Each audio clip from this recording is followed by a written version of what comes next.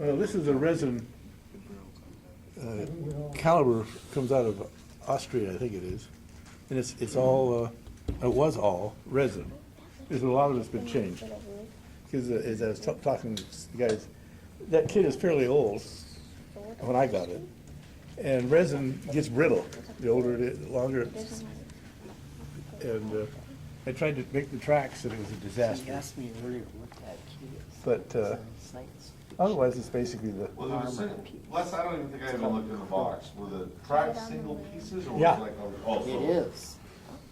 made it a little easier, I guess. So I was thinking it might have been like Accurate Armor doesn't Like do Well, oh, runs. the pieces were all in one, two sticks. Oh, so it wasn't. And you had to try and cut them apart, and they just shattered. Yeah. And they're soaking hot water and wrap them around. Yeah, right.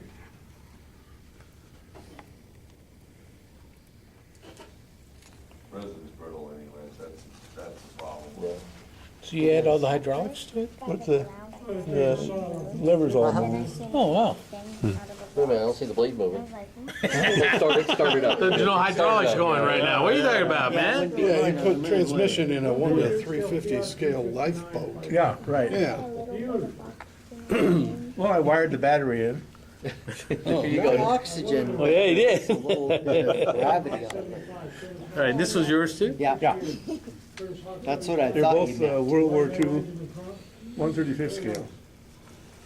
This thing weighed about 3.5, 4 tons, and this thing probably weighs about 40 tons. But my dad, when I was a kid, we had one of these on the cemetery, and I drove it a little.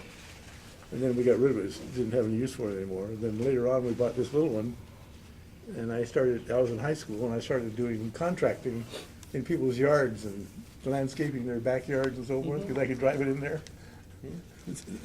That was the smallest cat then in the world.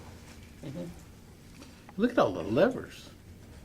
Huh? You'd have 3 arms to run this thing, huh? Yeah, well, you don't use them all at once. No, but you're switching over back and forth. Yeah, as a helicopter pilot, I would try. If you Two pull, feet, if two you pull arms, on and this a line, the mouse, blade you goes know. up and down, see? Oh, yeah, yeah, all right. So who made this kit? Is this says Mirror? Mirror. Oh, okay, so I thought it was this. No, MIG is the paint company and stuff. Oh, okay. And the track was supposed to fit together with little buttons and dents. You put them together. I put about 4 of them together, went to flex, and it just fell apart. So I drilled them all and put pins in them. And I replaced this with a piece of brass, hollow brass. It was plastic and it was so fragile, it was ridiculous. But if you look at the tracks, you can see the little pins. They're pinned together just like a real cat track, Man. rather than this stupid, supposed to be fit together, move it, it just falls apart. Man. But it's all plastic, well, except for the metal. It had a lot of photo etch. What was the purpose of the overhead, this thing overhead? Just to, Well, that's what raises and lowers the Those are dead. cables. The winch yeah. back here, this is a fourplex Oh, I winch. It pulls the cable that, as I showed you, if you take hold of this line and pull it, the blade goes up, it goes back down again, just like it did on the real one. Pretty neat. Okay. As you were saying earlier, they hadn't invented hydraulic systems yet. No, they haven't got hydraulics yet. I think the first hydraulic cat I saw was an International. It was about a 44, 45.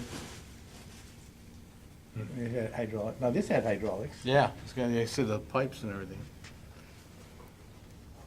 This thing came with, if it was in the military form, it would have big boxes up here on each side, and there was a ring on the frame on the front and a ring on the back side. And it had 4 cargo chutes, and it's called airborne. And that's they just shoved it out of the back of the plane, and a tether line pulled the chutes out, and it floated down on them and landed. And it had a pallet-like wood structure underneath it. And they dumped these all over the Pacific on those little islands and built emergency runways, and then left them. And they had a scraper, a turnover, a sheep's foot, all that operated from it by hydraulics. So the driver could control the machines behind him. I don't know if you ever heard the history about the cargo people they discovered. They went back years later to these islands where they'd done that, and the natives were worshiping. Oh, yeah, yes, Oh, no. yes. They were worshiping some plane, cargo Yeah, plane. and they'd also made one out of bamboo. Yeah. Yeah. And it was a shrine, Oh, and fell from the sky, it must be yeah, they said God. the gods came and floated down on clouds. Yeah. It was in New Guinea or someplace, I think, is where they found that tribe, right? Yeah. It was at some island down there. I Well, there's remember about reading half a that dozen too. out there. Yeah. Read that. Yeah, the gods came and floated down on clouds. No, we worship spam in Honolulu. Spam. Yeah. And Vienna sausage. This is a kit from back in the 50s. And I've had it for years, and I decided to build it. Shiny. Monogram, obviously. And Don't 124. lean, Paul. Don't lean. Yeah, I know. I see the whole thing moving. That's right. The Packard. So that came plated, right? Yeah. Yeah.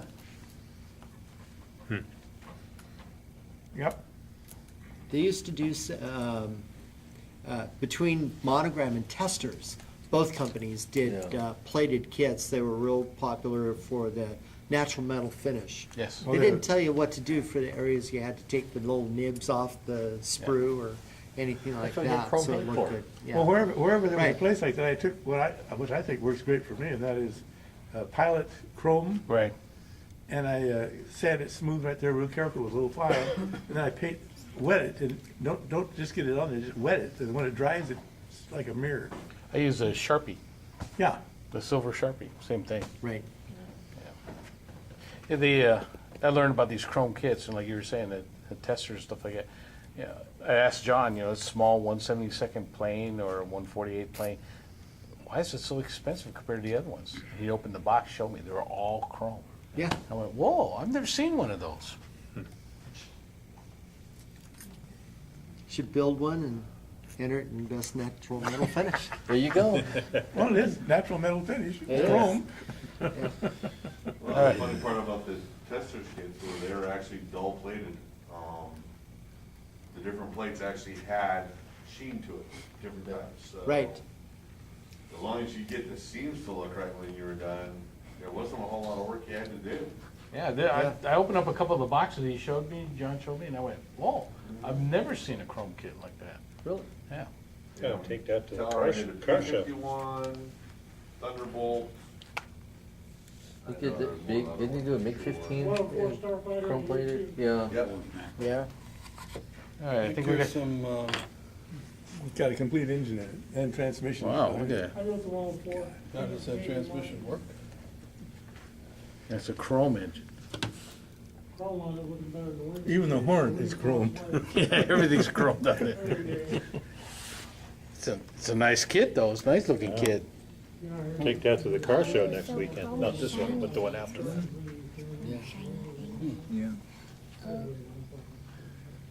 We'd like to hit gold chrome on some of these.